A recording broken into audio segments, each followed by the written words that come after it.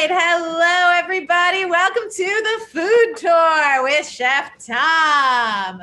Today, we are making tamale pie and Mexican coleslaw. Now, you may not know this, but tamale pie is a staff favorite, and we actually have a song about it. We have a song about leftover night, and the most important moment of that song, everyone shouts out, "Where is the tamale pie? Where is the tamale pie? Where is the tamale pie? Where is the tamale pie? It got licked clean." We all want to see tamale pie on leftover night, but it's so good that there's not usually any leftovers. So if you are missing tamale pie as much as I am, you're going to get to learn to make your own today. And we're about to go live with Chef Tom. As a reminder, if you have any questions, feel free to put that in the chat or speak up if you're with us on Zoom and you ask a question out loud, where your video is going to go up onto our social media stream. So just be aware of that. And if you would prefer not to have your face up there, you can turn your camera off or just chat us your question. And here he is, the one, the only Chef Tom. Hi guys. So today we're going to do the tamale pie.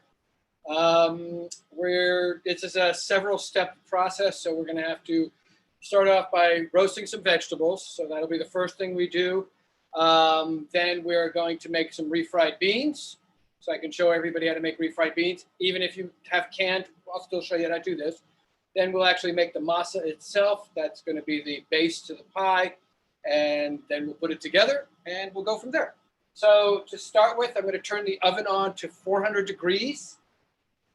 If you have a convection oven, feel free to use the convection. It'll go a little quicker. So I'm turning my oven up to 400 right now. I'm going to start that. While that's going, I'm going to start cutting up all the vegetables to be able to lay it out to roast it. So I'll start off with a red onion here. Nice large one. If you guys have any questions along the way, please feel free. I can cut and answer questions at the same time. It's a useful skill. Hi. I can't. So I know we got some questions even before we started today about masa harina, which is one of our ingredients. And can you tell us a little bit about that, Chef Tom? And what if we weren't able to find masa harina, if there's something else that we might use? So masa harina is a type of corn flour. It's the kind of corn flour that is used to make tortillas, tamales, tortilla chips. And basically it's dried corn, and they take it and put it into a lime solution, which takes off the outer hull of the corn kernel, at which point it's dried and then ground again.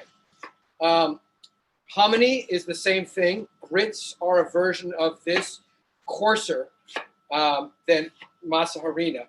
So I would recommend, if, for instance, you have grits at home by any chance, you could take those, grind it in a food process or a blender, and then proceed from there. And use it that way. I was looking to see if there was any great substitutions. There aren't beyond that one. But that said, there are some recommendations. You could take corn tortillas and grind them up and maybe use that. Maybe use a fine corn flour. And honestly, I cannot speak to that entirely. So it may work, but I don't know. And I don't want to lie to you and say, oh, it'll be perfect. Because honestly, I've never done it with that, and I have no idea what the results of that are going to be. So that's unfortunately the best answer I can give you. It may not be the greatest answer, though. Hi. Can I ask you a question? Yeah. So I, by accident, I got regular potato instead of sweet potato. It was in the wrong section. I got a regular potato instead of sweet potato. Can that be used? Or is there something I should add for flavor? Honestly, you can put in whatever vegetable you really like. I mean, if you could put in cauliflower, I just have chosen these three as the vegetables that I enjoy putting in there, but you can definitely use other vegetables in there. So don't feel obligated to do it with one thing versus another. Okay, I did get a sweet potato for this, so that's what I'm in the midst of peeling here.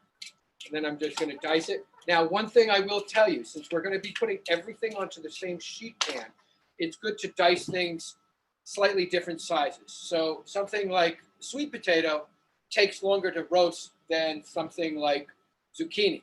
So the zucchini, I think, should be cut larger than the sweet potato, and that way they both come out about the same degree of cookedness. So right now, a large enough sweet potato, I think I'm going to cut it in half this way.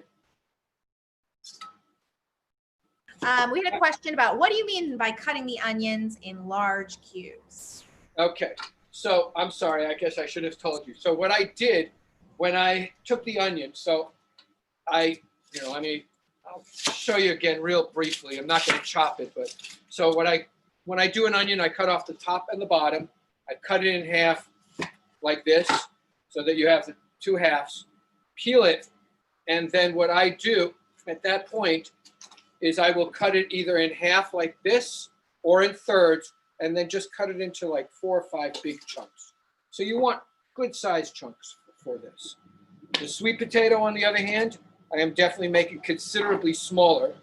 So just as a by way of comparison, this is the size difference that I'm doing here.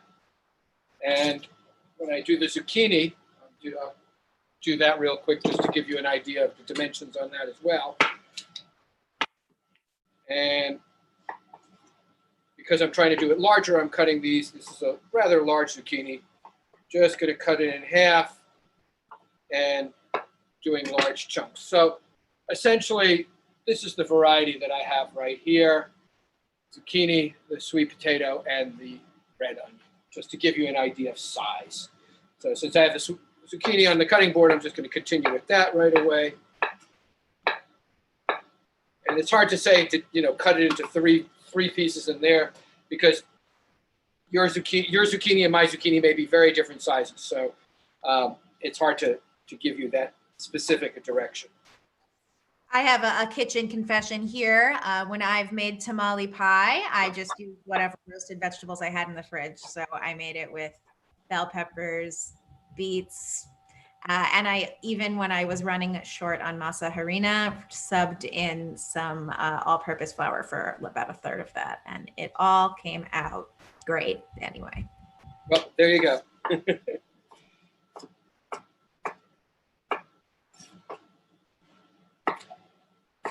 So, just chopping this up real quickly. By the time this is set, the oven should be just about preheated, and I'll be able to pop this in. And then we'll proceed with the next step. The next step is going to be chopping up onions for doing refried beans.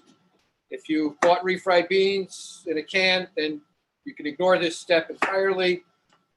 If you have canned beans, just use those. I cooked a whole bunch of beans yesterday, so I have them ready for today.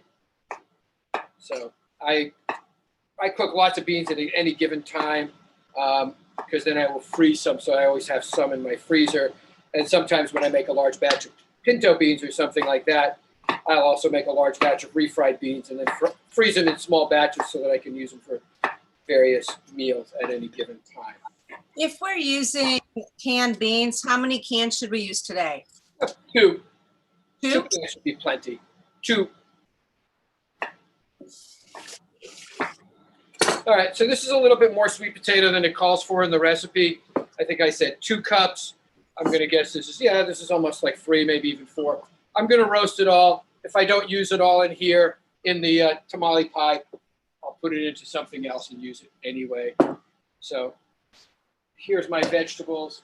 I'm going to hit it with a little bit of olive oil, a couple tablespoons, some salt and some pepper, and keep it nice and simple that way. Okay.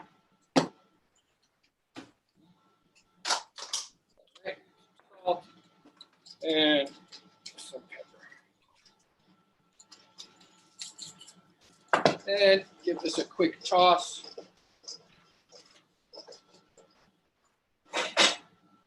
Lay it out on the sheet pan. And you got a nice colorful medley of vegetables. And we're going to pop this in the oven right now. And we're going to give it about 20 minutes. Wait, what was the oven supposed to be set to? I'm sorry, What was the oven supposed to be set to? 400 degrees. And we had a question about the zucchini giving off liquid while it's in the oven. If you're doing a high roast, a high temperature roast, it won't give off very much liquid. It'll sear on the outside. And that's the nice part about doing it, roasted vegetables at a high temperature. If you were to do it at a low temperature, yes, they would lose a lot of liquid. But at a high temperature, they don't. So that's the nice part about doing zucchini that way. One of the things that I learned actually doing summer camp. Put the vegetables dry? Excuse me? Do we just put the vegetables in dry? No, a little bit of oil and salt and pepper. A couple tablespoons of oil should do the trick. All right.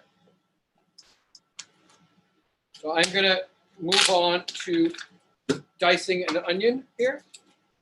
I have a little bit better than half a large onion, and I'm just going to dice that up. So do this, peel it all quickly, all right? And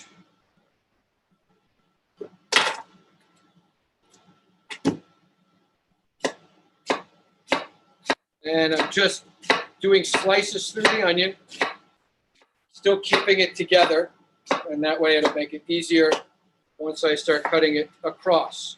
Yeah.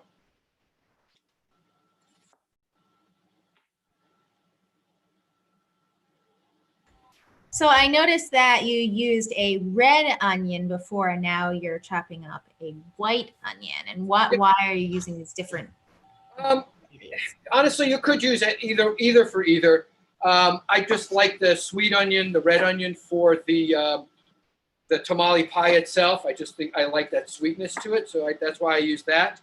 And then for the refried beans, I just want that nice strong onion flavor. So a white or a yellow onion works really well for that. So that's why I switched the kind of onions that I'm using part way. So I use two different kinds of onions. You'll probably have noticed that in every single recipe I have, there's onions and or garlic somewhere within the recipe. I'm a huge fan. My biggest problem, I used to own a restaurant, and people would come up to me and ask me if there was anything on the menu without onions and garlic. And I kind of look at them, think for a minute, and go, yeah, water, dessert, that's about it. So, yeah, it's a problem if you're allergic. Luckily, I'm not. So, all right. So at this point, I've got a big pile of onions here. I have my beans here that I cooked yesterday, like I said. I got a cast iron pan over here, although you can use any kind of pan you want to, certainly not limited to a cast iron pan by any stretch. And just going to preheat it a little bit. And I'm going to use a little bit of just a neutral oil, in this case, of sunflower oil. But any neutral oil will work, and olive oil will too. All right. Any questions till now? Okay. I'll take that as a no. All right. So I'm going to get some garlic.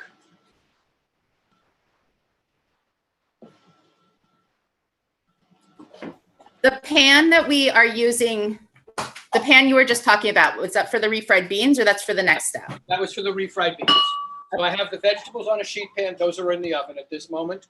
I've cut up some onions. I'm going to put that into a pan that I'm just preheating here with some oil in it. I'm going to sweat the onions just until they're basically translucent and soft, at which point I'll add some garlic into it, fry that for a bit, add all the spices, fry that, then I'll start adding the beans and start mashing them up. All right? So I had never made refried beans before. I made them for tamale pie. I had always bought them in a can, and pretty easy, and it's infinitely better. yeah, it is. as a side note, since I've always made my beans at home, my refried beans, when my daughter moved away from home and moved in with somebody and they bought refried beans for the first time in a can, she called me up and goes, Dad, do you know that refried beans come in a can? I went, well, yeah, but so it was kind of a revelation to her the other way around. And they certainly do make it a lot easier to make. So no question about it. There are definitely times it's great to just have a can of refried beans around, for sure. But my feeling is too, I can make enough refried beans in one shot to make just enough for the tamale pie, or I can increase it and have plenty left over. And honestly, the time that it takes to make a small batch versus a larger batch, the difference is so minimal, you might as well just make a larger batch to begin with. So at least that's my philosophy of things. How long will they keep once you've made a batch? If you freeze it, they'll keep for months, so that's no problem. I freeze it in little half-pint containers or something, something that a measure that it makes sense for you to use for yourself. I like to have them around. I love to make huevos rancheros, and I like refried beans for that. And sometimes I just want them as a side dish too. So it's nice to have around as far as I'm concerned. For me, it's one of the staples that I have. So I've just got a few cloves of garlic here. I'm just, again, taking a cleaver and proceeding to smash the garlic. And then just going to chop it up to be able to add in a moment while this is all frying. And if someone is starting with canned cooked beans, then where should they jump in this process? I would say if you're using the canned beans, scoop them out of the can, maybe put them into a small bowl or something, and just kind of loosen them up a little bit. If you need to add a little bit of water, honestly, it's been so long since I've worked with canned refried beans. I don't remember the texture that well, but you want to make it so that you can spread it on the bottom of the tamale pie. So the way the tamale pie works is we're going to make the dough, the masa, and that will be put on the bottom of the pan. Then it gets a layer of the refried beans, the vegetables, and cheese. So you want to make the refried beans thin enough, and not too thin, but thin enough so that you could spread it onto the bottom of the masa that you have in the pan. And what if you're making your own refried beans out of canned beans? Yep. So if you're doing that, I would strain the liquid from the beans. Don't throw the liquid away because you'll be adding it back in, but you don't want to add it in right away. So the procedure will be just like it is for what I'm doing here. So you'll still saute the onions and then add the garlic and seasoning and stuff like that, and then add the strained beans. All right? That makes sense? Hopefully.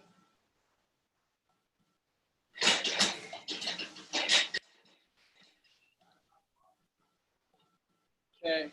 So at this point, if we made the refried beans yesterday, so then now they're cold, but they're a little hard. Should we, is it fine and it can just be spread, or should we heat them up a bit first? It's spreadable, if you could take a spatula and spread it or something like that, then it's perfectly fine. If it seems like it's thickened up, which oftentimes beans will do when you put them in the fridge and they can get a little too thick, then just put a little bit of water, just enough to make it so you can spread it. So, but that's a determination you'll have to make just when you pull it out. So at this point, I've got the onions and the garlic in the pan. I'm going to sweat that for a little bit longer as well. And then I'm going to start adding in cumin, chili powder, oregano, salt, and pepper. All right?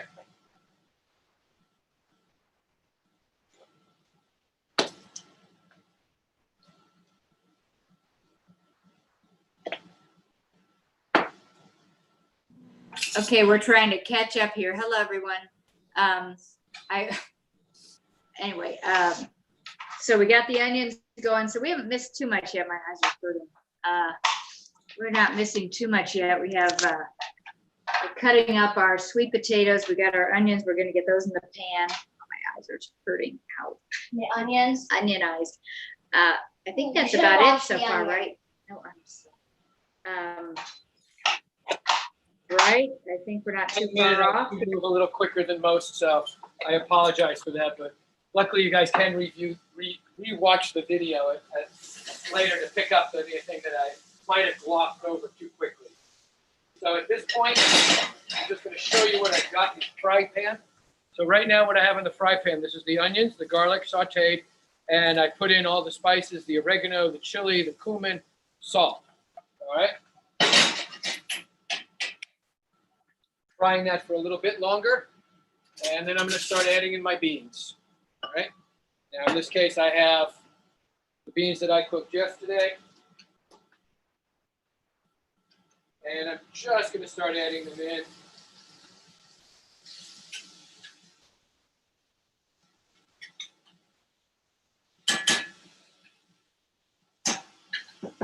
And then what I like to do is I like to take a potato masher, just like this, and just start to mash the beans. Now, as you mash the beans, they absorb the liquid, which is when you're going to want to start adding liquid back into it. So you make it into the nice consistency of refried beans. So I'm just mashing them at this point.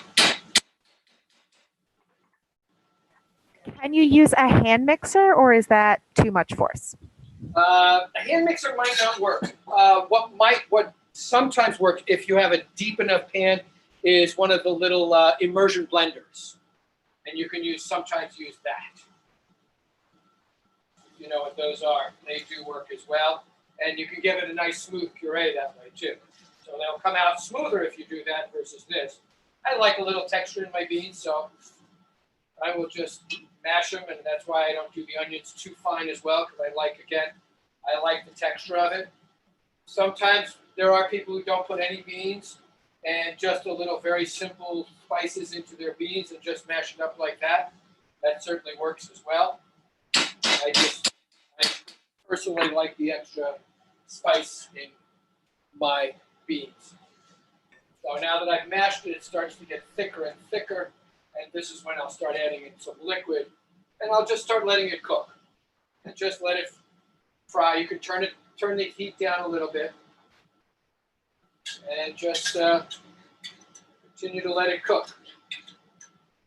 So I am making a large container of it for myself. Not way more than I will need for the tamale pie. Just letting you know that's what I'm doing. If I'm cooking for you guys, I might as well cook for me too. That's what I think. Any other questions? We are getting some love for tamale pie on Facebook. The staff is big fans. All right. So at this point, we have the beans cooking in the pan. The ovens are roasting. The vegetables are roasting in the oven. That sounds a lot better. And I'm going to start making the masa, the dough, which is actually very, very simple.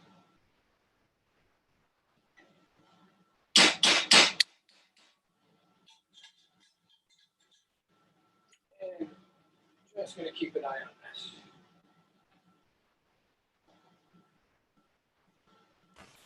How long, Tom, how long do we cook the beans for? They don't have to cook for that long at all. 5-10 minutes. I mean, it'll allow the flavors to blend a little bit, and then to have them break down a little bit more. So that's good. So I'm just going to keep this on while we're doing the rest of what we're doing here. So, Excuse me, how roasted should the vegetables be? Like mine have been in 20 minutes. They're not that dark, and there's still some firmness to them. make sure that they should be like 90% done. They'll continue to cook a little bit in the pie itself, but they should be almost done. Give it another 5 minutes or so. That should do the trick.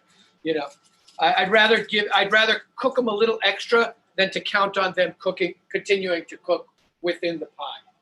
So I have here some masa. And so I'm just going to take out about 3 cups here. And now you can do it in a mixing bowl. Since I happen to have a mixer, I am going to just put it in there because it's definitely easier to do. No question about it.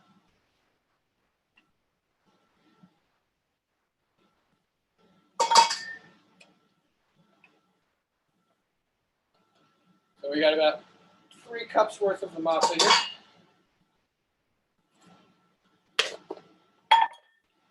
And then need a little bit of salt. That in. Just gonna turn it on just to mix the salt with the masa, the corn flour.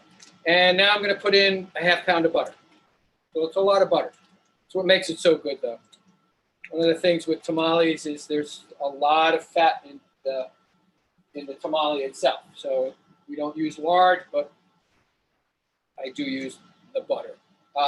You can also use margarine if you want, or something like Crisco to do this as well, especially if you want to keep it vegetarian. So, all right. So now it's soft butter. It's butter that's out and it has been at room temperature. So just like if you were doing any baking of anything like cookies or anything, you want to make sure it's soft so it mixes well.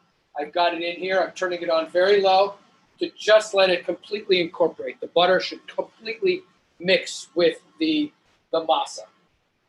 So you shouldn't see a separation. And I'll show you what it looks like before I add any more water. Periodically give your beans a stir. Make sure they're still doing well. And if you are mixing the masa in a bowl, where should you be using a spoon or what? Or I know I used my hands a little bit when I made. Yeah, I would use my hands. I would just mix it with my hands. Playing with food is fun. That's the whole thing. I like playing with food. I like playing with my food. That means using your hands. So I'm just at this point wiping down the blade, getting all the butter back in there, turning it on again for a moment. Make sure it's nicely incorporated. Then I'm going to start adding in some water. And what you're looking for is you want this dough. So if you grab a handful and squeeze it, it should hold together. Okay? So that's basically what we're looking for. So let me stop this. I'm going to show you what I've got here. Hopefully you can see it well enough. So at this point, the masa is pretty crumbly.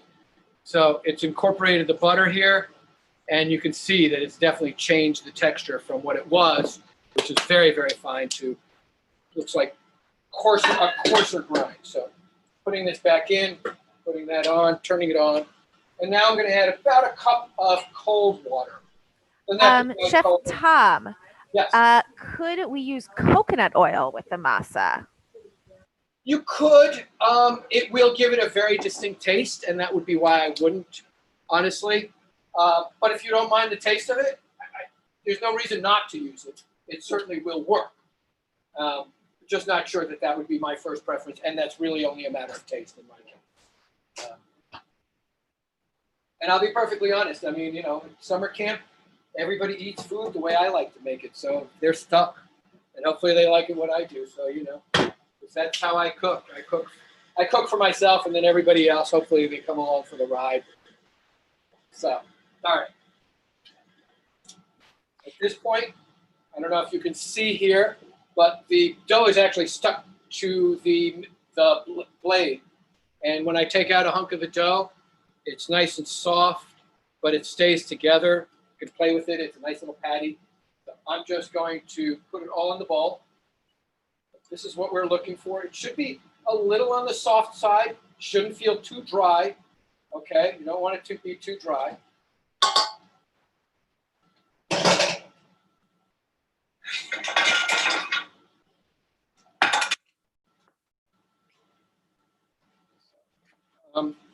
So the suggested size is like a 9 by 13 pan. This one's a little smaller. This one's more like 8 by, 12.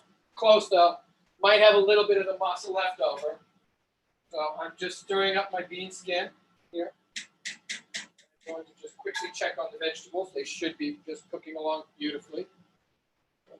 Never a bad idea to check. Everything's good there. So at this point. What if you don't have a stand mixer? That was where I did the masa. So you don't have to, you can do it in just a regular bowl. But if you have a stand mixer, it works really well. So in the stand mixer, I put in, with the paddle attachment, I put in 3 cups of the masa, about a ½ teaspoon of salt, half pound of soft butter, mix that really thoroughly, and then add the cold water in slowly. Sorry, but if you don't have it, can you just do it with You can do a, it by hand. You by can hand? do it by hand. You can do it with a whisk. Yeah, it's just, since I have the tools, I use my tools. You know, and for instance, at the at the camp when you're making this for 300 people, we're using the large stand mixer. It's also fun to make it by hand though, and really dig your fingers around in it. Your clean hands. Make sure you wash them. So my timer for my vegetables just went off, so I'm just going to check those out. The masa has a great texture. It's sort of like,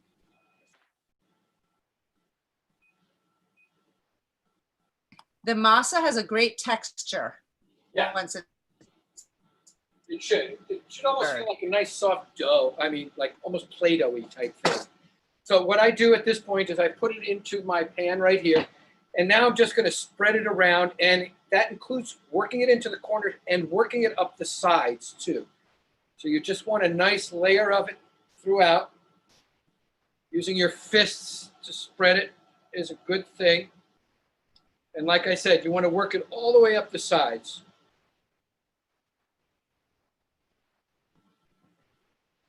So just kind of keep pressing it in there. There's, you know. We also had a question going back to when we were making our refried beans, if you could use olive oil to fry up your onions and garlic there, or would that be too strong of a flavor? Nope, olive oil is totally fine. It tends not to be that, I mean, it's a strong flavor, but by the time you put everything else in, you won't realize it's olive oil. I don't think you'll be able to discern it. So olive oil works fine. The only reason I don't do olive oil in situations like this is mostly cost. Olive oil is much more expensive, though I do use a lot of olive oil for a lot of different things. So, do we need to spray the pan first, or is there enough butter? There's so much butter in the masa already. You definitely don't need to spray the pan. All right. So, yeah, because it'll just slide right out of there. And yeah. So at this point, I've just pretty much done this. So you can see it's just all the way in, worked up the sides, in the corners. You know, try and distribute it somewhat evenly so you don't end up with huge amounts, you know, a huge big bite of the masa. Although, to me, that's also one of the tasty things. So, all right. So I'm just going to put this aside for the moment. I know someone is experiencing a crumbly masa mixture. Put in a little bit more water. Add a little bit more water until it's not crumbly. So that's what you have to do. Just add a little bit more. Take a couple tablespoons maybe to start with. And then until it comes together nicely, and it comes together, as I said, if you take a hunk of it in your hand, it should hold together really well. You look like you're having a lot of fun playing with the dough. Is this good? Looks beautiful. You might be able to work it up the sides a little bit more if you want to, but that looked very good as well. So I'm just going to put this aside. My refries are basically done.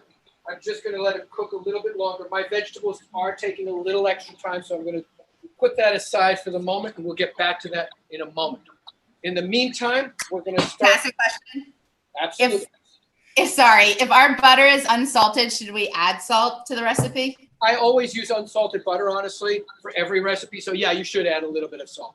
But my standard go-to is unsalted butter. I have more control over it that way, basically. So we're going to make a small batch. What size pan for the masa? Huh? What size baking pan for the masa? About 9 by 13, roughly. Okay. Mine's a little smaller, so that means the masa that the dough will be a little bit thicker because it's not spreading out as much. So, you know, but it's fine. Oh, there's one other thing we should do in between all of this, and that's grate some cheese, because we'll be putting some cheese on it. Do we put it in the oven now? No, you're not going to put it into the oven. You will put it in the oven after we put everything else in. Then we'll cover it with foil, and then we'll put it into the oven to bake for about 40 minutes at that point. Okay? I'm sorry, I can't hear you.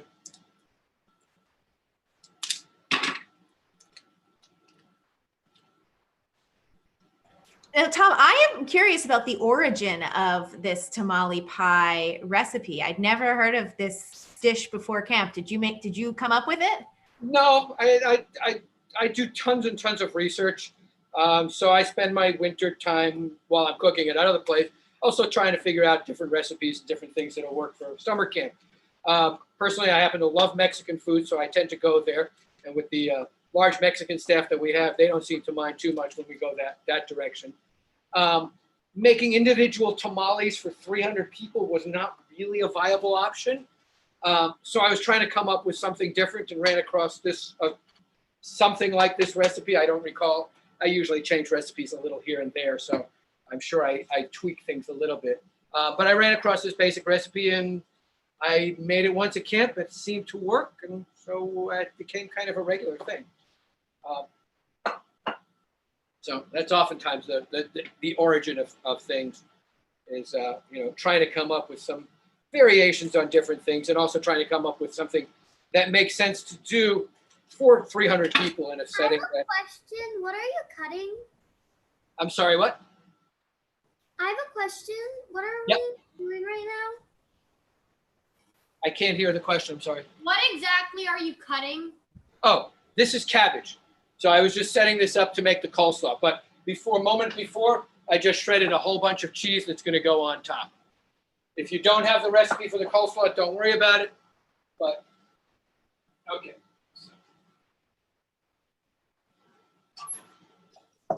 What are we using the cheddar cheese for? It's going to go on top of within the tamale pie. So the layers of the tamale pie are, we've got the dough in the bottom. Then very shortly, we're going to put a layer of the refried beans, then the vegetables, and on top of that, we're going to put the cheese, cover the whole thing in aluminum foil, and put it in the oven and bake it. Okay? And how hot does the oven have to be? The oven at that point will be at 375 degrees, and you'll put it in for about 40 minutes. Covered. Okay? Will you get cheddar cheese from the? It seems like.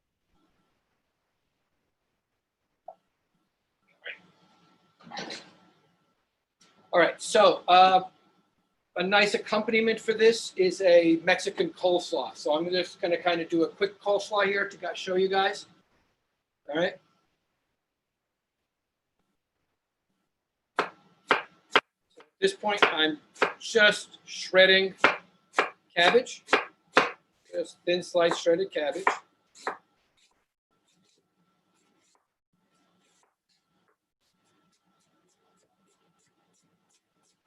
So we put the tamale in for 45 minutes? The whole pie will go in for 45 minutes, but that's with everything in it, not just the corn. So that's with the refried beans, the vegetables, and the cheese on top, okay? That makes sense? So when you pull it out, it's ready to serve. You can hardly wait, but don't get ahead of yourself and put it in right now. I'm just going to cut this cabbage, put it to the side, and I think I might almost Cabbage, I'm putting it to the side now. Huh? Excuse me? I think we've got we're creative ways of relaying your instructions to the chefs. So, some folks have the laptop set up in the kitchen and they're watching alongside as they cook. Some have a watcher who is calling out the instructions. So we heard a little instruction. I've got a little cabbage there, and sliced red onion.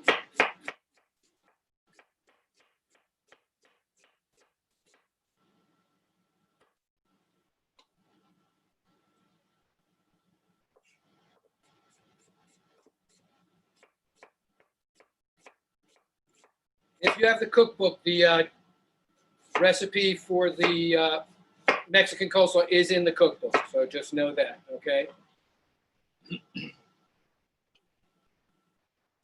Just going to check on my roast vegetables for a moment.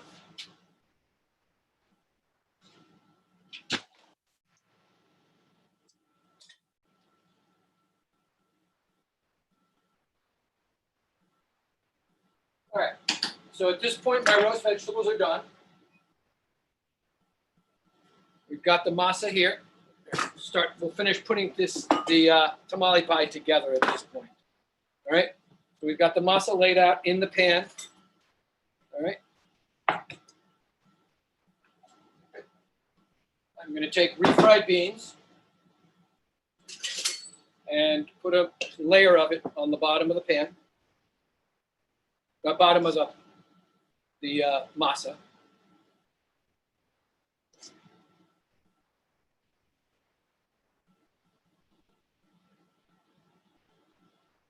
How thick do you want that layer of beans to About a ½ inch, really, enough that certainly enough to cover the whole bottom without any problem. Make sure you get things in the corners too. I often find with various casseroles and stuff like that, somehow the corners always get neglected. So I always like to make sure I'm putting enough into the corners too, so that that person with the corner piece also gets enough. So.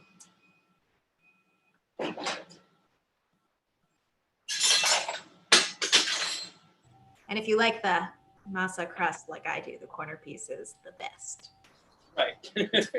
So at this point, we've got all these roasted vegetables, and I'm just going to put a really nice layer of the roasted vegetables on here.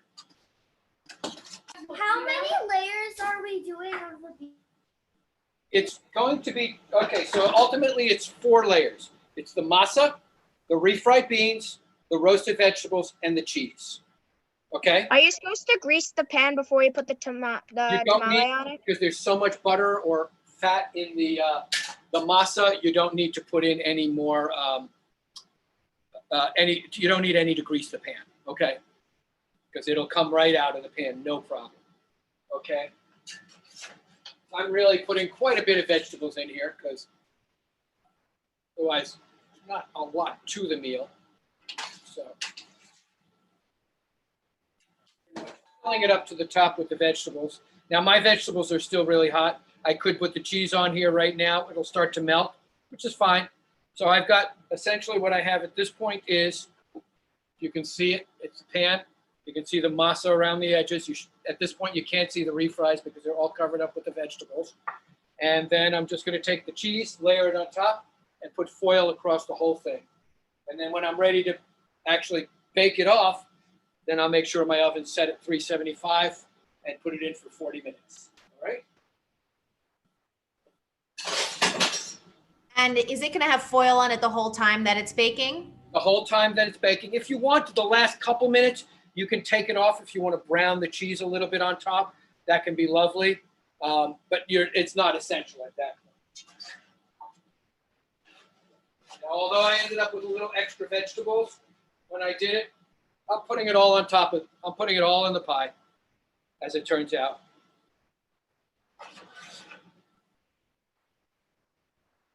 So lots and lots of vegetables in this case. All right, so that's what I have, and I'm just going to put it aside. That is beautiful, so colorful.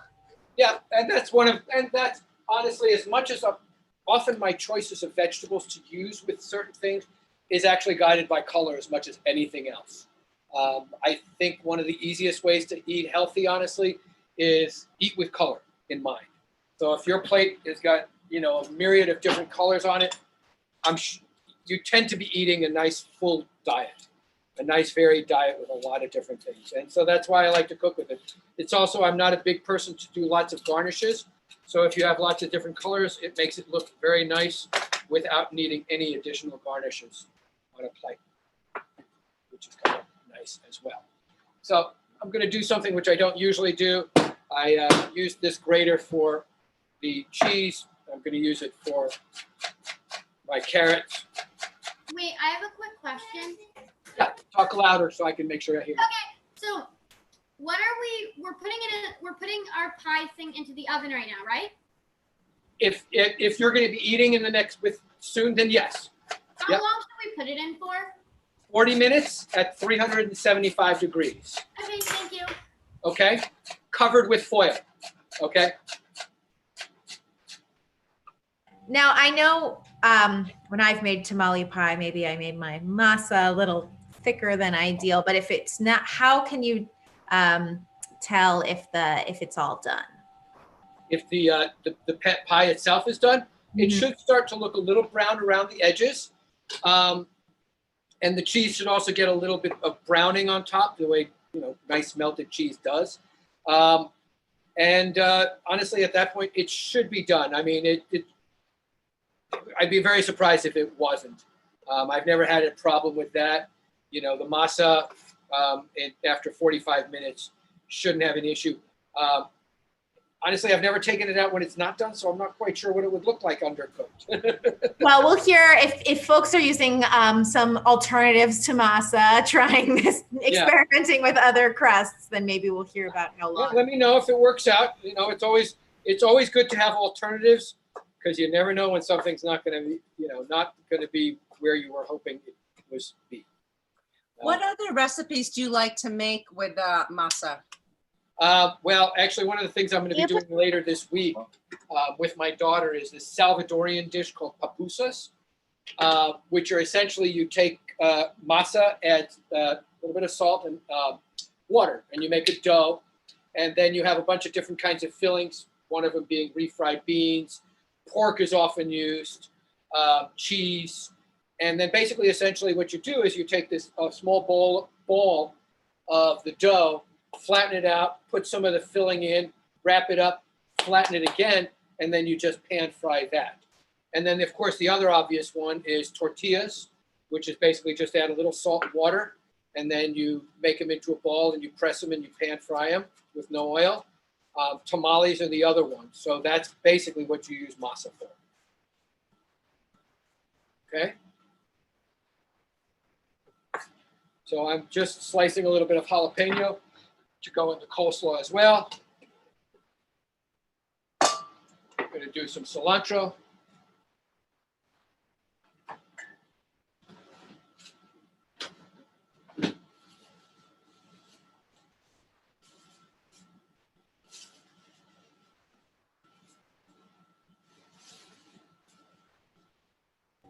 I've taken extra masa and made just mixed it with water and made it into like a flat cake and fry that up, and that's an arepa, which you can cut in half and fill with whatever you want. Another good, easy masa recipe.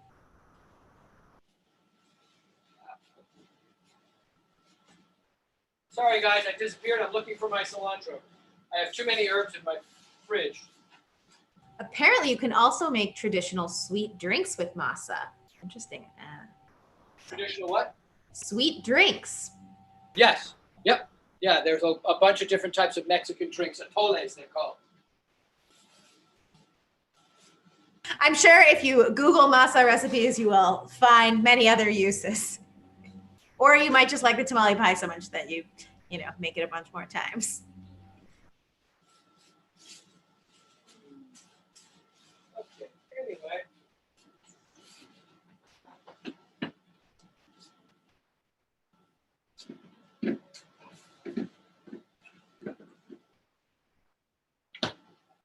All right, so somewhere I have cilantro, I can't find it, but pretend I'm chopping cilantro, adding it into the coleslaw.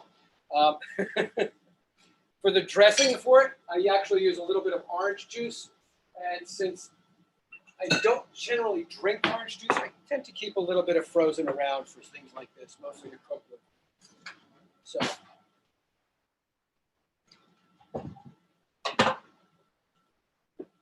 I'm just putting in a tablespoon or so of the frozen orange juice concentrate and a little bit of hot water just to loosen it up.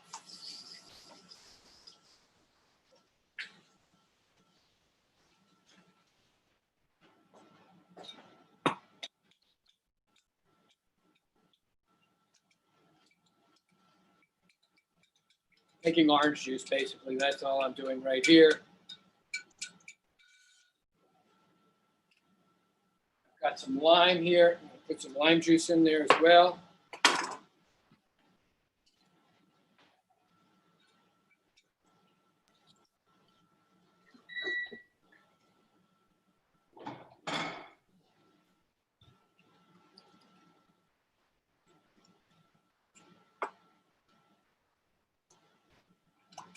And we're going to add a little bit of olive oil to the dressing, and then some spices.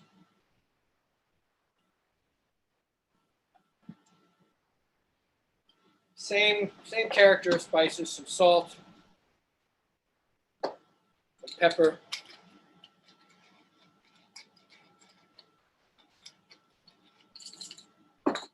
Chili powder. Not very much of the chili powder because I added jalapenos. All right. Some oregano. And a little bit of cumin.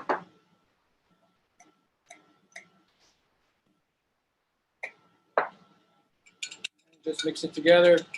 Taste it before you put it on there. Make sure you like it. Never a bad idea.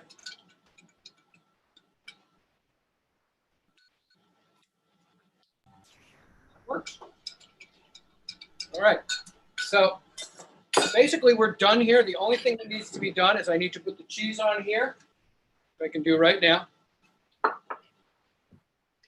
I am seeing some really beautiful tamale pies on the different screens in the different kitchens here. If anybody wants to show us theirs before it goes into the oven, we'd love to see.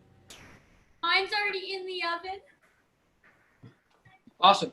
So Well, send us a picture when it's done. We would love to see all of yours. I'll promise I will. A lot of cheese. I put Now, a lot. one thing I will tell you is if the aluminum foil is touching the top, it will often pick the cheese up, and when you pull it off, scrape it off the foil, put it back on top. That's really the way to do it. So I'm just kind of pressing this in, and yeah, in a little bit I'll put it in the oven, and dinner will be there. Put it in the oven or no? Huh? Guys, there's nobody listening. Come on. That's beautiful. That looks great, guys. So will you ask if you cover it or not, guys? So make sure you cover it with foil, and then 40 minutes, 375. You cover It should be done. in foil? Yeah. So I'm just finishing this coleslaw, putting the dressing on it, and this is one of those moments where I like to use my hands, much like the kale salad. One of the things I like doing is I like to work the dressing into the cabbage and kind of break the cabbage and the vegetables down a little bit by doing this. So I massage the dressing in for a coleslaw. And I do it for every type of coleslaw that I make. So this is one of those things I don't mix with a spoon because I like to actually work it and, as it were, massage the cabbage so it starts to break down a little bit because the acids and the salt help break down the vegetables to make them a little bit more tender and more palatable. So if there's no more questions, I think we may be done here. Any other questions, folks? I have a question for next time. Yeah, I was actually going to say that if anybody had anything about that. Yeah, or Wednesday's class. Yes, please, go ahead. The nori, can you get that at any store or?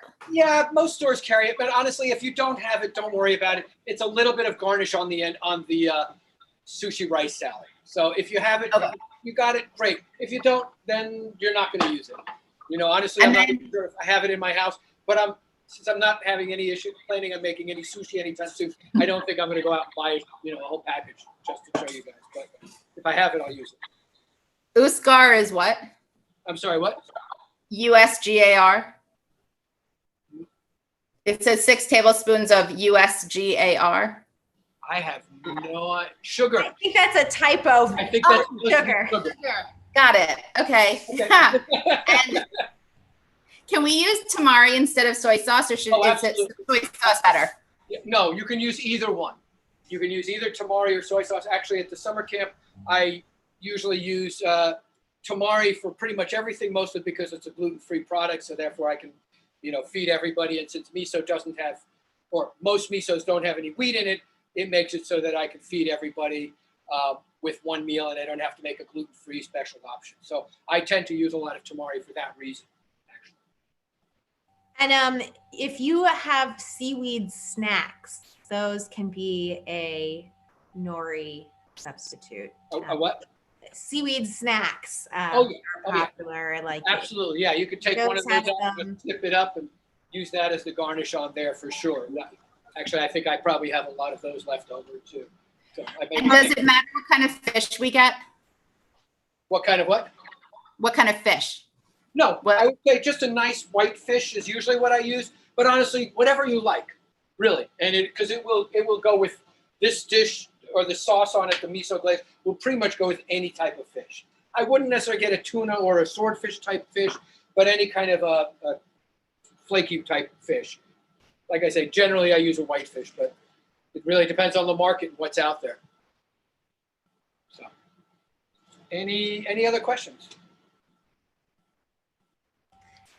All right. So we're making sushi rice, salad, and miso fish, which is our favorite hot meals, next on Wednesday at 4 p.m. And this is our last week of Home Instead. So make sure you tune in for our last radio shows tomorrow and Thursday. And we have our third session bunk meetup on Wednesday. And thanks for joining us and making tamale pie. We would love to see how it comes out. Yep. Send us any pictures. Enjoy dinner, everybody. And until Wednesday, take care. Have a great couple days. Thank you so much. Bye-bye. Pleasure. Bye-bye. Thank you. Yep. Thank you so much. Peace out. Bye. Bye. Bye, everyone. It's all these faces again. Thank you. Peace out. Thank you. Bye. Thank you. Take Peace care.